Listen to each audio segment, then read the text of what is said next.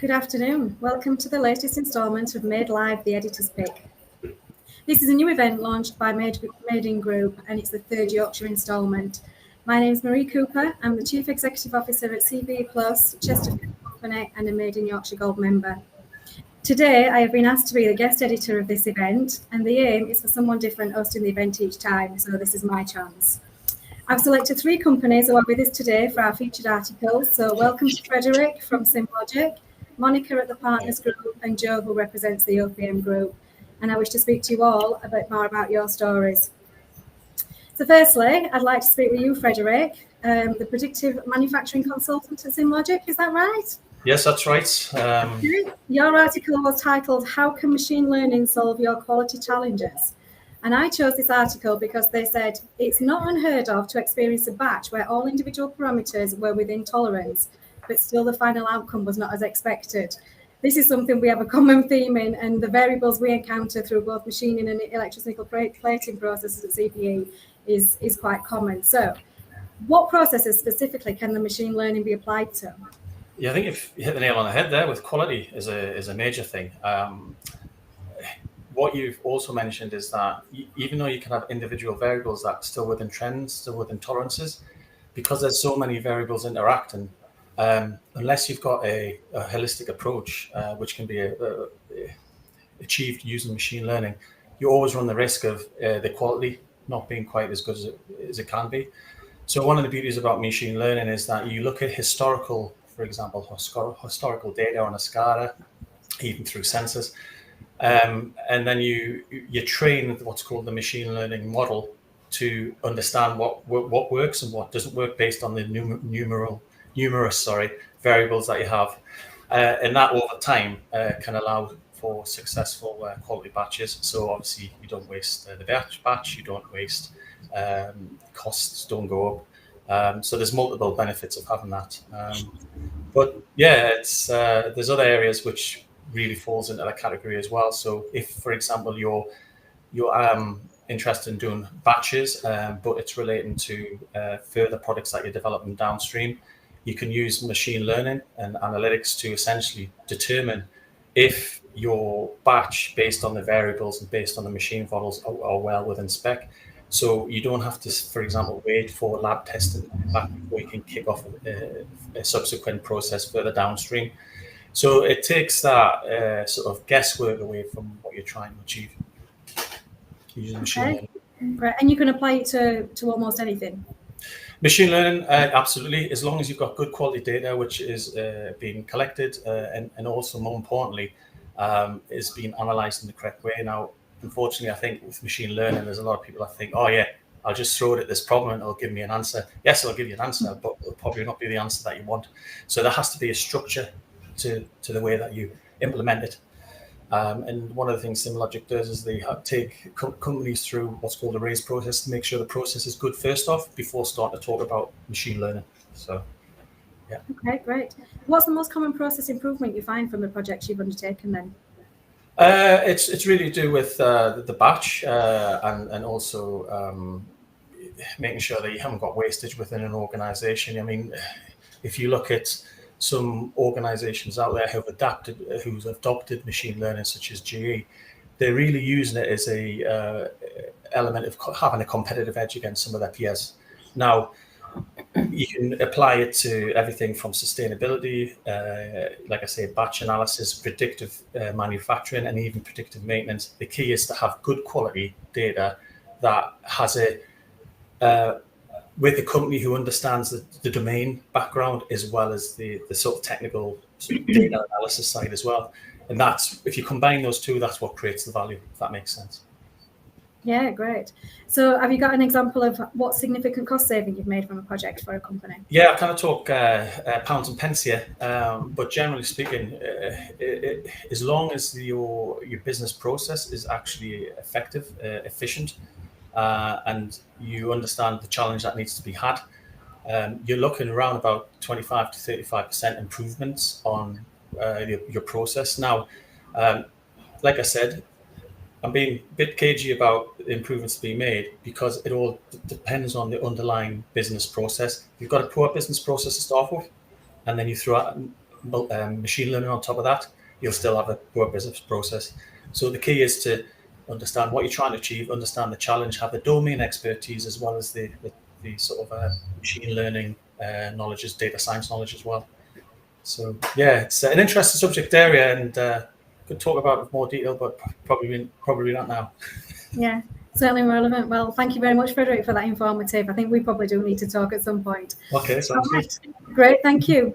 Next, I'd like to speak with you, Monica, you're the director of the Partners Group, and it was your article, Time to Refresh Your Website. This was something that's been really quite relevant to us in the interim. So just like you said, just like your wardrobe, living space or garden, it is important to give your website a regular spring clean. Ensure it's performing well and in a way that reflects your company. Exactly. So just what would you say are the main signs your website needs a refresh? It's really having a look at your website with fresh eyes. Your business has probably changed quite a lot in the last 12 to 18 months with the pandemic. You may have pivoted or be offering new or different services. So just have a look at it yourself and say, does it reflect the business that we are today? Has it got everything on there that we are offering? And even better, get somebody who's new to the business or new customer to actually have a look around and say, did you find what you were looking for? Was it an easy customer journey? Was it engaging and interesting? Did you want to move on to different pages and find out more? Were there some clear calls to action? Do you know how to get in touch with us when you actually read something on the website? And just have a look at how fast it is to load, actually. You'd be amazed, some websites are really slow and people get bored and flick off again. So that's important. And is it generating business for you? I know a lot of the manufacturing companies are not e-commerce businesses, but your website is your shop window. People will have a look at it. And it's a different sales process, but they will check it out and have a look and see what you do, what you offer, and if you're the right company for them. So yeah, signs of a refresh, just have a look yourself and check it out and just see what you think, because it's very rare that a business owner will actually click on their own website and won't realise what's lurking there. And I think that's exactly what happened to us. It isn't something we look at, and it's not till somebody else comes in with a fresh pair of eyes and says, well, it doesn't actually do what you do now. So it is something that you not get stagnant with, I think is your point, isn't it? It's really definitely. Yeah, and one you didn't think about. So, you did mention, how far to go with this. So what's the key piece of advice for anyone concerned about how far to take it? I think it's coming down to how important is your website to your business success. And like I said, even though you're not an e-commerce organisation, it is your shop window. So just the basics of, there's 3 steps I'd say. There's design and the user journey. There's the SEO performance of it. Are you getting high in the rankings? And is it technically performing as well? So on the design and the content side of things, that's what we're talking about there. Are there some simple amends you can make to the content to refresh it and make sure that it's reflecting the business that you are today? And does it look like the professional business that you are today as well?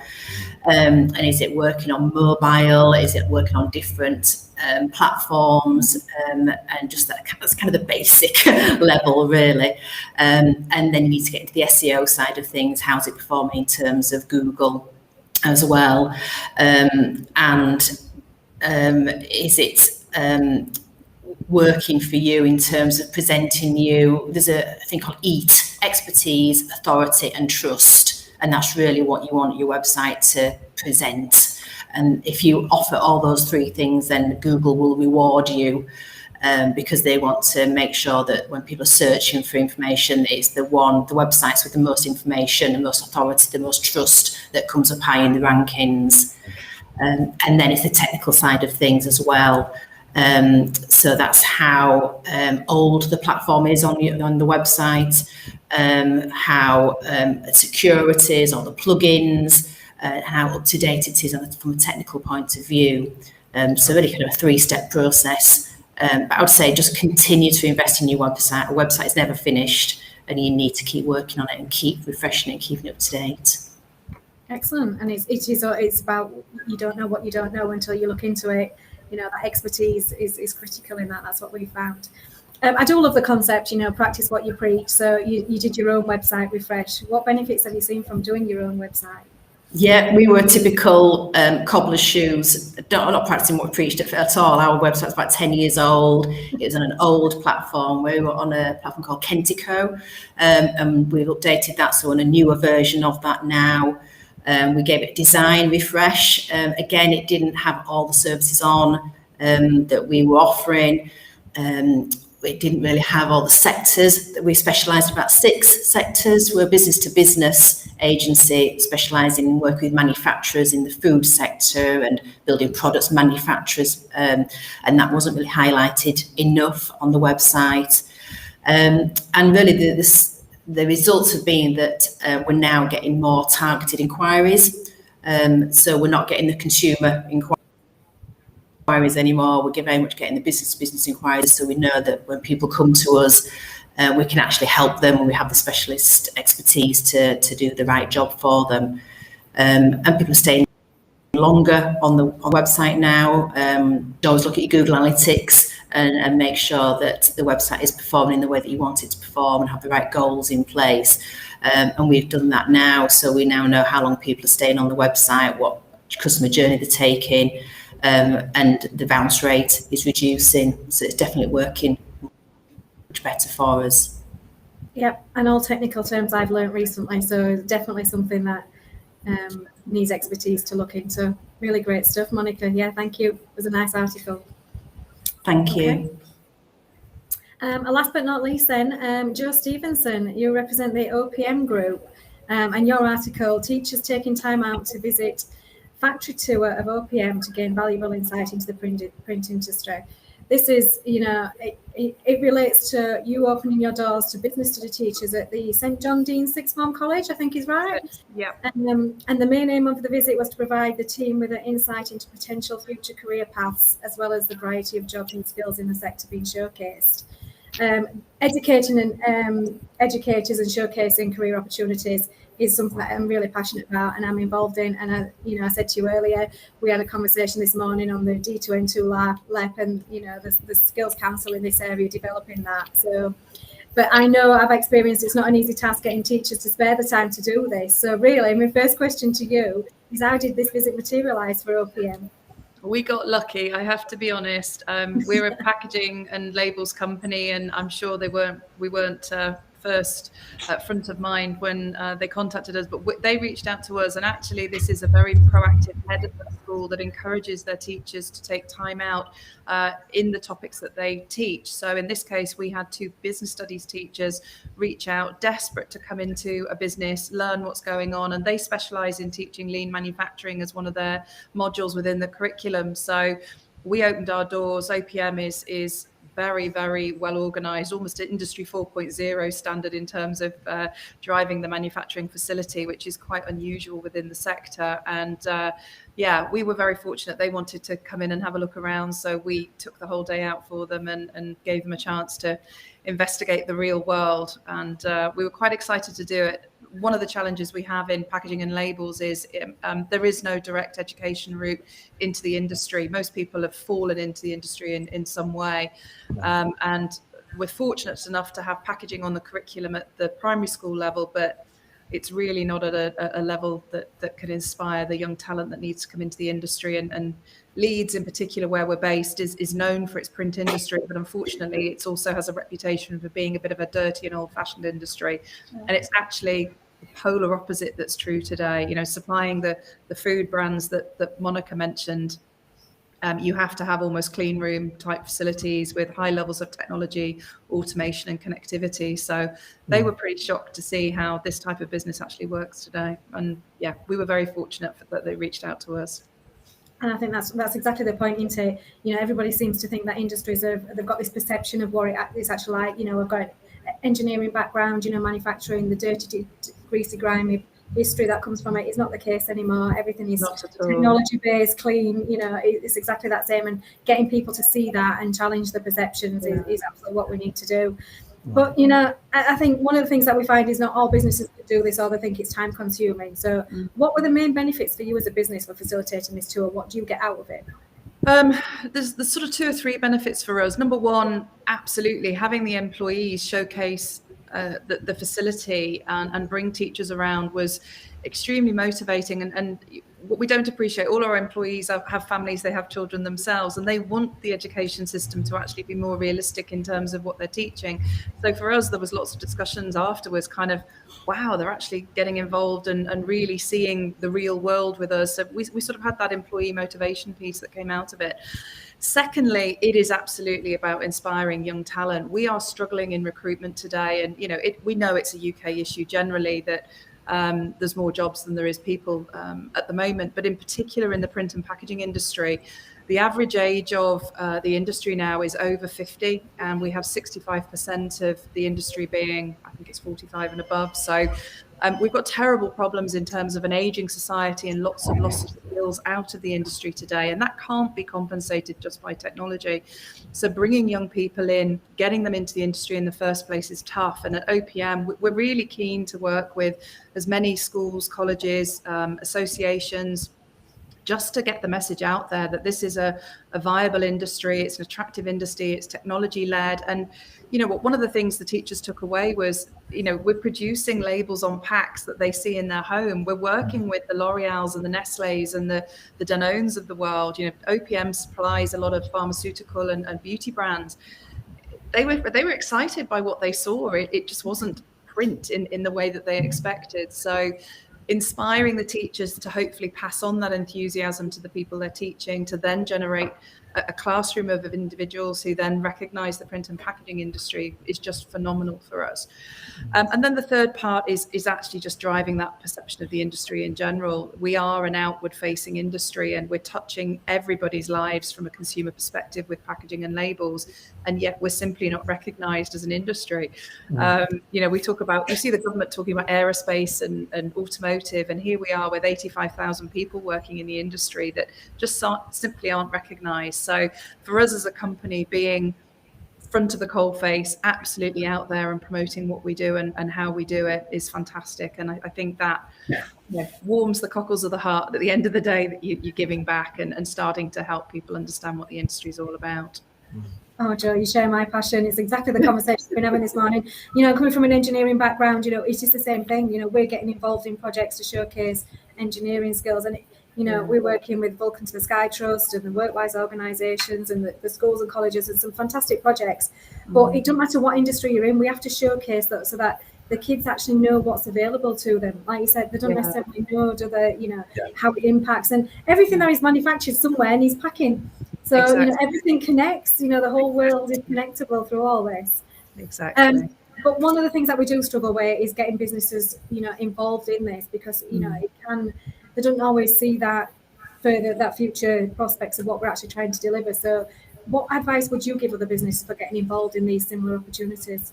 I don't think you can whinge and moan about recruitment if you're not prepared to reach out. I think you're talking out both sides of your mouth. So from our perspective, we get involved with our trade associations, we run apprenticeships, and we love having apprentices in the business, bringing that young talent in.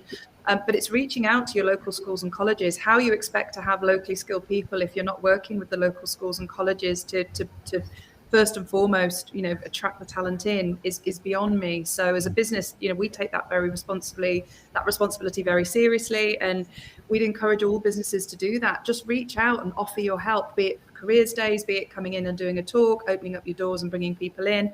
I got involved in my daughter's packaging curriculum, basically because I lost my temper.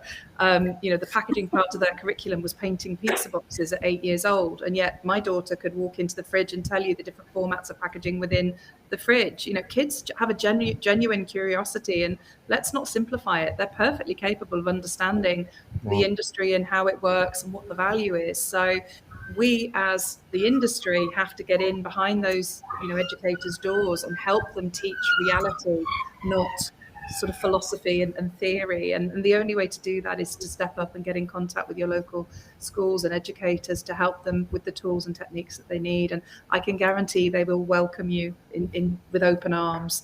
They really will.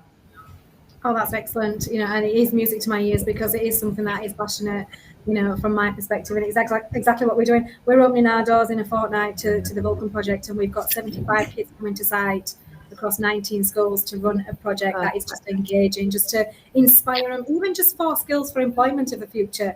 It's not necessarily, you know, they don't necessarily know what career they want to do, but just giving them an insight into how they need to behave as people, what they need to do to actually be employable in the future. And we just need to do it as a nation. Yeah, absolutely, life skills. Yeah, I did an apprenticeship program where I'm part of an association as OPM, and you know, you had mothers coming up with girls saying she's really into art, and they're talking to a print company, and it's like, great, but that's nothing to do what they do. They just don't understand. And you know, it's the parents as much as it is the children. So we have a responsibility as an industry to fix, you know, bust some of those myths that are out there, and help people really understand the reality of business and industry today.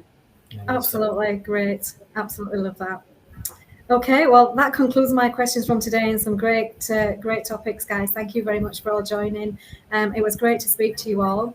And just before we end the event, I would just like to thank everybody who's watched the event today, either live or respectively on YouTube. And just that this event will be held every month at the same time and same date, alternatively between the Midlands and Yorkshire regions. So thank you very much once again, guys. Nice to talk to you. Goodbye. Thank you. Thank you very much. Cheers. Yes, Thanks for the advice. Bye.